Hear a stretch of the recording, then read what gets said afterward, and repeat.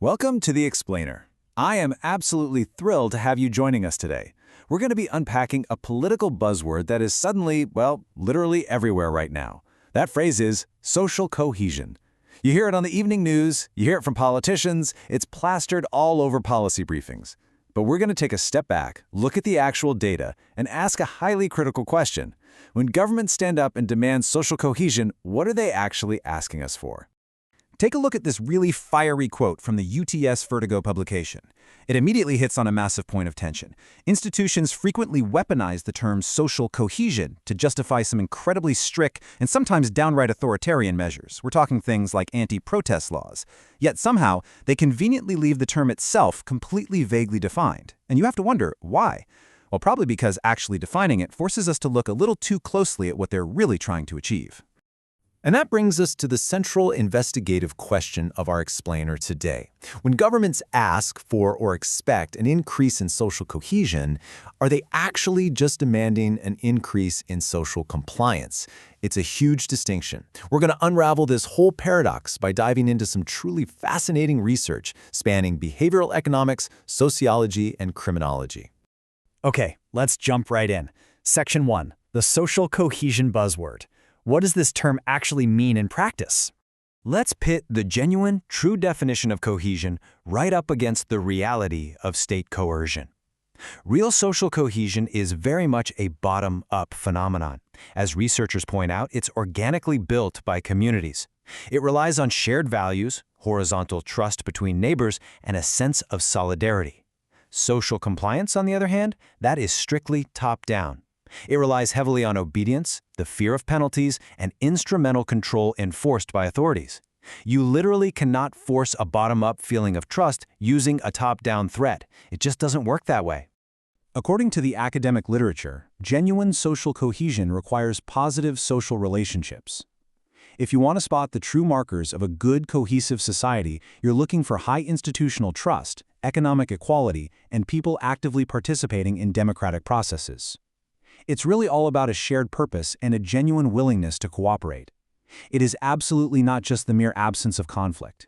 And honestly, this brilliantly illustrates the exact trap so many policymakers fall into. As one submission to the NSW Parliament noted, demanding a perfectly unified, conflict-free society is just a naive assimilationist projection. Because guess what? Healthy democracies actually thrive on dissent. Just think about women's suffrage or the civil rights movements. Were they socially disruptive? Yes, absolutely. But they were vital. Treating all dissent as a threat to cohesion totally ignores the fact that fundamental democratic rights, like peaceful assembly, are an internal, required feature of a functioning society.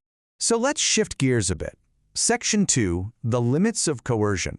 What happens when you try forcing societal order? Let's break down this awesome matrix from a Scottish traffic policing study. It basically compares two models of behavior.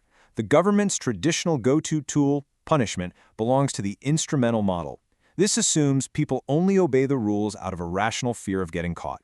But what's the result? Just short-term obedience. The normative model, however, is completely different. It's driven by procedural justice and moral alignment, and that leads to real, sustainable, voluntary compliance. And we actually saw the failure of that instrumental model super clearly during recent crises. Take a look at this cluster analysis from a study of Polish citizens during the second wave of the COVID-19 pandemic. When governments resort to heavy-handed top-down restrictions without first building trust, they do not create unity. Instead, they completely fracture the public. The study actually identified groups splitting off into dissenters, government critics, and mere conformists. Heavy-handedness creates division, for sure. It does not create cohesion. Exactly as criminology professors Kieran Hardy and Rebecca Wicks point out, coercive laws might target perceived threats, but they do absolutely nothing to boost the positive markers of a good society. You simply cannot coerce your way to true social cohesion using bans and criminal behavior laws. It's a dead end. All right, moving right along to Section 3, why we really obey. Let's look at the actual psychology of compliance. That Scottish traffic stop research we mentioned earlier, it mapped out a really clear four-step psychological pathway. Step 1 is procedural justice, basically treating people, treating us with fairness and basic dignity. When you do that, Step 2 kicks in. Our social identity as a valued member of the community gets activated, which then leads us to Step 3, where we naturally grant legitimacy to the authority. And finally, that results in Step 4, actual voluntary compliance. The core discovery hiding in this data is frankly pretty mind-blowing. People don't actually obey traffic laws just because they're terrified of getting a ticket. They obey because being treated fairly by an officer actually strengthens their own identification with the wider community. It turns on a form of self-regulation, where they genuinely want to be seen as a law-abiding member of society in good standing. And guess what? We see this exact same dynamic playing out in economics too. Let's pivot for a second to India's recent efforts to boost tax compliance. Instead of just threatening people with audits, they leaned into behavioral economics. They treated taxpayers fairly by simplifying online forms to cut down on cognitive overload. They sent out letters saying, hey, most taxpayers in your bracket comply, which leverages positive social norms. And they framed taxes around national development. The result? Voluntary compliance absolutely skyrocketed. They pulled this off by actually understanding human psychology, specifically a concept known as loss aversion. Essentially, people feel the immediate, stingy pain of paying taxes way more acutely than the abstract, long-term benefit of future public services. By positively framing the contribution, the government softened that loss aversion.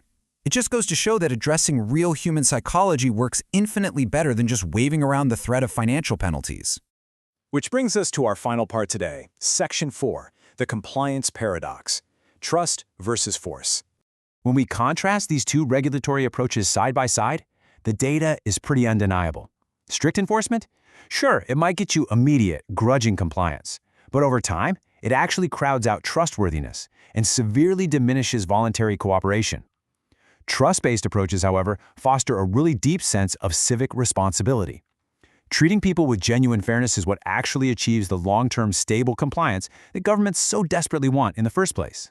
So here is the big paradox. Forcing compliance through fear and police crackdowns actually destroys the very fabric of cohesion, but building true bottom-up cohesion by emphasizing fairness, equality, and procedural justice, that naturally yields the voluntary compliance that makes a society function smoothly. I want to leave you all with one final, kind of provocative thought here.